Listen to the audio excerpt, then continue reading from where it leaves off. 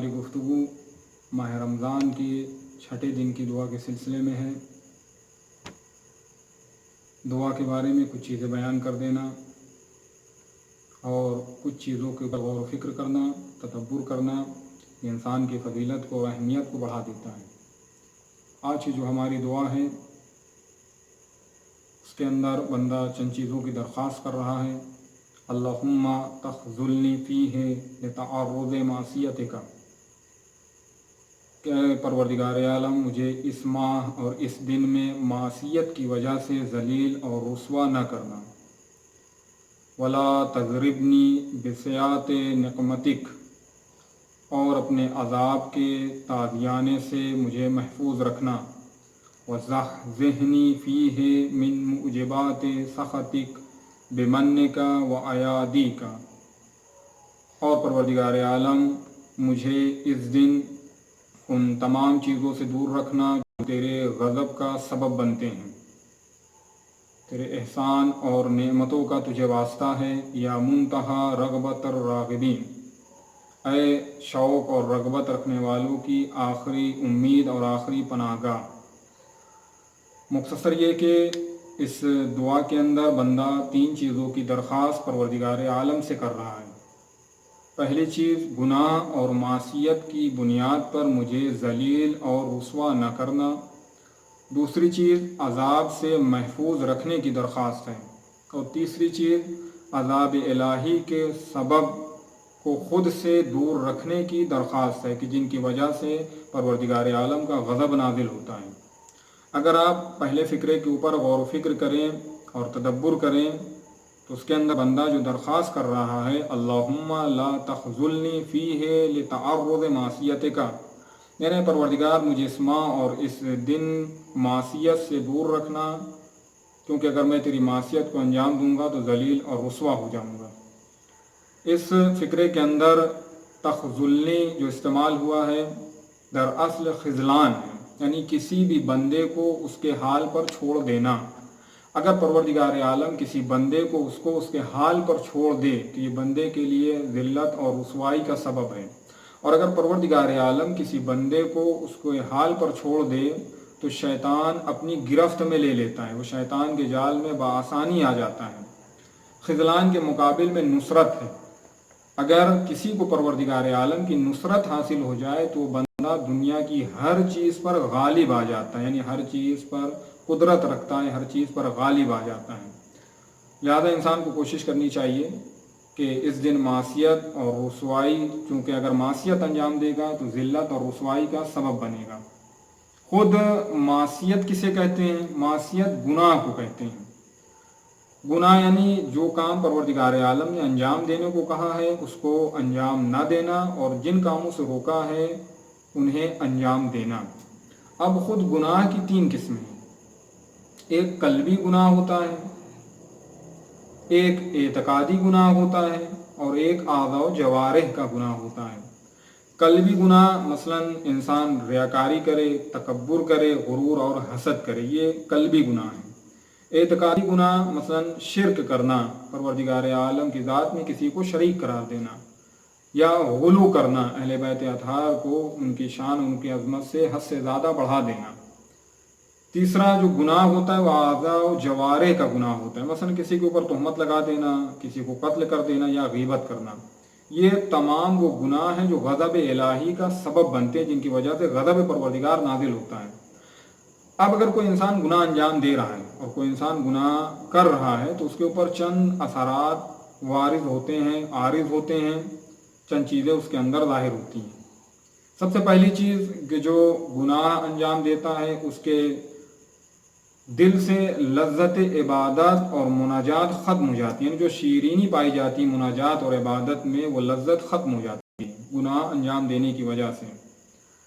دوسری چیز، نیک افراد کی نگاہوں سے ایسا انسان گر جاتا ہے، جو معصیت کرتا ہے وہ نیک افراد کی نگاہوں سے گر جاتا ہے۔ اور اگر آپ دیکھیں تو اگر انسان مستقل کوئی گناہ انجام دے، مستقل کوئی گناہ انجام دے رہا ہے تو اس کے نزدیک ایک اثر جو وارد ہوتا ہے وہ یہ ہوتا ہے کہ اولیاء الہی سے نفرت کرنے لگتا ہے۔ نفرت کا معنی یہ ہے کہ انسان جب بار بار گناہ انجام دے گا تو اہل بیت اور اولیاء الہی کی جو منزلت اور عظمت ہے اس کے نزدیک بہت کم ہو جائے گی۔ لہذا آپ دیکھیں کہ اگر کوئی انسان مستقل گناہ انجام دیتا ہے تو اس کے نزدیک عظمت اور اہمیت اہل بیت اطہار کی بہت کم ہو جاتی ہے۔ چوتھی چیز بلاؤں اور مصیبتوں کا نازل ہونا ہے۔ مثلا کوئی گناہ انسان انجام دے گا تو اس کے اوپر بلائیں اور مصیبتیں نازل ہوں گی۔ پانچویں چیز اگر دیکھا جائے تو جو گناہ کرنے کی وجہ سے چیز وارد ہوتی ہے، عارض ہوتی ہے، وہ نیکیوں کا برباد ہو جانا، یعنی بہت سارے ایسے گناہ انسان انجام دیتا ہے جس کی وجہ سے اس کی نیکیاں ختم ہو جاتی ہیں۔ چھٹی چیز عمر کا کوتاہ ہونا، چونکہ عمر انسان کا ایسا سرمایہ ہے کہ جس کے ذریعے سے انسان بلند درجات کو حاصل کر سکتا ہے۔ لہذا اولیاء الہی اپنی طول عمر کی دعا کرتے تھے، اسی لیے کرتے تھے تاکہ وہ زیادہ سے زیادہ عبادت پروردگار انجام دیں اور پروردگار عالم سے قریب ہو جائیں۔ ساتویں چیز فقر ہے، یعنی رزق کے اندر انسان کو تنگی ہو جاتی ہے، جو رزق میں برکت ہوتی ہے وہ ختم ہو جاتی ہے۔ اگر انسان گناہ انجام دے گا، انسان گناہ کرے گا تو اس کے رزق سے برکت ختم ہو جاتی ہے۔ آٹھویں چیز ظالم اور ستمگر کا مسلط ہو جانا، مثلا گنہگار افراد کے اوپر ظالم اور ستمگر افراد جو ہے وہ مسلط ہو جاتے ہیں۔ لہذا انسان اس دن دعا کر رہا ہے کہ پروردگار عالم مجھے اپنی معصیت سے اور یعنی میں جو گناہ انجام دوں گا اس کی وجہ سے مجھے ذلت اور رسوائی نہ دینا، بلکہ مجھے توفیق عنایت فرمانا کہ میں تیرے گناہ انجام نہ دے سکوں بلکہ زیادہ سے زیادہ تیری عبادت کروں۔ دوسرا فقرہ کہ جس کے اندر ارشاد ہو رہا ہے وَلَا تَضْرِبْنِي بِسِيَاطِ نَقْمَتِكَ، سیاط جمع ہے سوت کی، اس کے معنی تازیانے اور کوڑے کے ہوتے ہیں۔ نقمت کہتے ہیں عقوبت اور عذاب کو، اور اسی سے انتقام بھی ہے۔ عام طور پہ انتقام کا استعمال برے عمل کے نتیجے میں ہوتا ہے، چونکہ شریعت مقدسہ میں ہر عمل کی جزا اور سزا ہے۔ اگر کوئی انسان اچھا کام انجام دے گا تو اس کے لیے جزا ہے، اگر کوئی برا کام انجام دے گا تو اس کے لیے سزا ہے، جیسا کہ پروردگار عالم قرآن مجید میں سورہ شعراء میں ارشاد فرماتا ہے کہ ہر برائی کا بدلہ اسی کے جیسا ہوتا ہے، یعنی اگر آپ برائی کریں گے تو آپ کو اس کی سزا ملے گی، اگر آپ نیک کام انجام دیں گے تو آپ کو اس کی جزا ملے گی۔ انتقام الہی کے دو سبب ہیں جس کی وجہ سے پروردگار عالم کا انتقام نازل ہوتا ہے کسی بھی بندے کے اوپر۔ سب سے پہلی چیز ہے کہ اللہ کی روشن دلیل کا انسان انکار کرے، جو اللہ کی روشن دلیل ہے اگر اس کا انکار کر رہا ہے تو پروردگار عالم کا انتقام ہوتا ہے، پروردگار عالم ایسے بندے سے انتقام لیتا ہے۔ دوسری چیز کفران نعمت ہے، یعنی نعمتوں کا کفر کرنا، جو نعمتیں اس تک پہنچ رہی کفران نعمت کرے انسان۔ یوں تو اللہ کی ہر نعمت اہمیت کے حامل ہے، لیکن بعض نعمتیں ایسی ہیں کہ جن کا مقابلہ دوسری نعمتوں سے نہیں کیا جا سکتا ہے، یعنی بعض عظیم نعمتیں ہیں، اور اس کا روشن مصداق غدر خون کا میدان ہے۔ ولایت اہل بیت ایک عظیم نعمتوں میں سے ایک نعمت ہے، لہذا جیسے حارث بن نعمان فہری نے اس عظیم نعمت کا انکار کیا، پروردگار عالم نے فوراً عذاب نازل کر دیا ہے۔ لہذا بندہ دعا کر رہا ہے اپنے اس فکرے کے اندر اور اس جملے کے اندر کہ وہ سبب کے جو اسباب ہوتے ہیں تیرے غضب اور تیرے انتقام کے، اس سے محفوظ رکھنا۔ اور تیسرا جملہ جس کے اندر ارشاد ہو رہا ہے وَذَهْنِي فِيهِ مُوجِبَاتِ سَخَطِكَ بِمَنِّكَ وَعَيَادِكَ، عربی میں سخت کہتے ہیں، شدت عذاب کو کہتے ہیں۔ امام محمد باقر علیہ السلام سے کسی نے پوچھا کہ غضب الہی سے مراد کیا، تو آپ نے فرمایا غضب الہی سے مراد پروردگار عالم کا دردناک عذاب ہے۔ غضب الہی کے متعدد اسباب ہیں، ان میں سے ایک یہ ہے کہ انسان احکام الہی کی نافرمانی کرے، یعنی جو حکم پروردگار عالم نے واجبات میں دیے اسے انجام نہ دے، اور جو محرمات جن سے روکا ہے اسے انسان انجام دے۔ لہذا بندہ اسی فکرے کے اندر کہہ رہا ہے وہ بمن کا و عیادی کا، یعنی بندہ اللہ کو اپنی دعا کی قبولیت کے لیے اس کے احسان اور اس کی نعمتوں کا واسطہ دے رہا ہے۔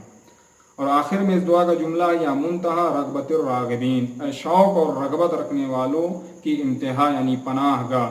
لہذا بندہ دعا کر رہا ہے اپنے پروردگار عالم سے کہ پروردگار عالم مجھے ذلت اور رسوائی سے محفوظ رکھنا، اور مجھے اس بات کی توفیق دے کہ میں زیادہ سے زیادہ تیری عبادت کر سکوں، اور ان تمام کاموں سے دور رکھنا مجھے جس کی وجہ سے تیرا غضب نازل ہوتا ہے۔